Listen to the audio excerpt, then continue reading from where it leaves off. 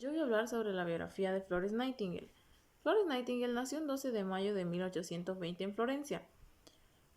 Fue hija de William Nightingale y Francis Smith. Ella fue una enfermera, escritora y estadística británica que se destacó mucho en las matemáticas. Florence, ella, por lo que ella interpretó por un llamado divino, ella decidió ser enfermera a pesar de las fuertes oposiciones que tenían sus padres, porque ser enfermera en esos tiempos era algo muy mal visto, ya que ellos eran de una familia bien acomodada. Aparte, Florence tenía propuestas de matrimonio, cosa que ella rechazó porque eso iba a impedir lograr su sueño, que era ser enfermera.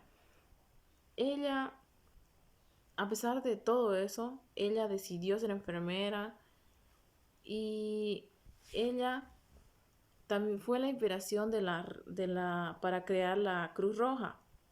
Ella fue también reconocida por la reina Victoria, que le otorgó la Real Cruz Roja. También fue una de las primeras en ser reconocida por la Orden del Mérito de Reino Unido. También le entregaron las llaves de Londres. El juramento de Nightingale, que se realiza para cuando se gradúan los enfermeros, fue creado en su honor a ella.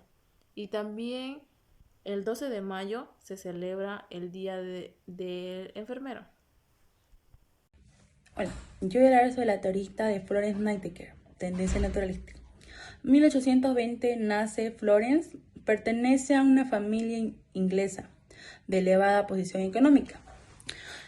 Fue una de las grandes estudiosas, formación de materia como idioma, filosofía, historia, matemática, estadística y ciencia política. 1851, formación enfermera a lo largo de Europa, Hospital Espíritu Santo de Roma y como Hermanas de la Caridad en París. Gracias. Ya. Buenas tardes, mi nombre es Noelia Amaral Antonio González y yo les voy a explicar sobre la Guerra de Crimea. La Guerra de Crimea comenzó entre 1853 y 1856, un conflicto bélico entre el Imperio Ruso y la alianza del Reino Unido, Francia y el Imperio Otomano y el Reino Piamonte y Cerdeña. Ahí había un secretario, Sidney Herbert, que era un secretario de la Guerra de la Gran Bretaña, y también tenía una relación o era familiar de Florence Nightingale. Y al conocer las actividades de Florence Nightingale como enfermera, le empezó a pedir ayuda, ya que necesitaban ahí en la guerra. Ahí, el 21 de octubre de 1854, un equipo de 38 enfermeras partieron hacia el frente. Cabe recalcar que estas 38 enfermeras no eran tan capacitadas y la mayoría fueron entrenadas por la misma Florence Nightingale. Ahí al llegar, la comida escaseaba, no había buenos alimentos, también las enfermedades abundaban, ya que también no había una buena higiene allá. Y no podían mayormente ser tanto las enfermeras, ya que ellas estaban a cargo y tenían orden bajo el mandato militar, o sea, ellas no podían hacer lo que quisieran, solo seguir las órdenes de ese mismo mandato militar. Bien, algo de 4.000 soldados fallecieron, la mayoría de enfermedades como la tifus, la fiebre tifoidea y la cólera disentera. Ahí Florence también se sintió un poco decepcionada de sí misma porque no pudo salvar a la mayoría. Bien. En 1856, Florence regresa a casa y recibe una propuesta de matrimonio. Pero Florence no acepta la propuesta de matrimonio, a la cual renuncia a la vida de la alta sociedad. Más que todo también renunció porque a ella no le gustaba esos estereotipos de ese tiempo. Bien. Otra cosa, Florence y la dama de la lámpara. Ahí el periódico The Times, mientras transcurría la guerra, el periódico publicó un artículo donde explicaba detalladamente todos los labores de Florence Nightingale. Uno de ellos es que cuando los doctores se iban y todo estaba oscuro en la noche, Florence, la enfermera, pasaba con una lámpara y cuidaba a los enfermeros y los vigilaba. De ahí también se le conoce como la dama de la lámpara. También gracias a ese artículo es que fue reconocida la enfermería. Gracias. Bueno, yo les voy a hablar sobre la teoría de Florence Nightingale. La teoría de Nightingale se centró en el entorno, todas las condiciones e influencias externas que afectan a la vida y al desarrollo de un organismo y que pueden prevenir, detener o favorecer la enfermedad, los accidentes o la muerte.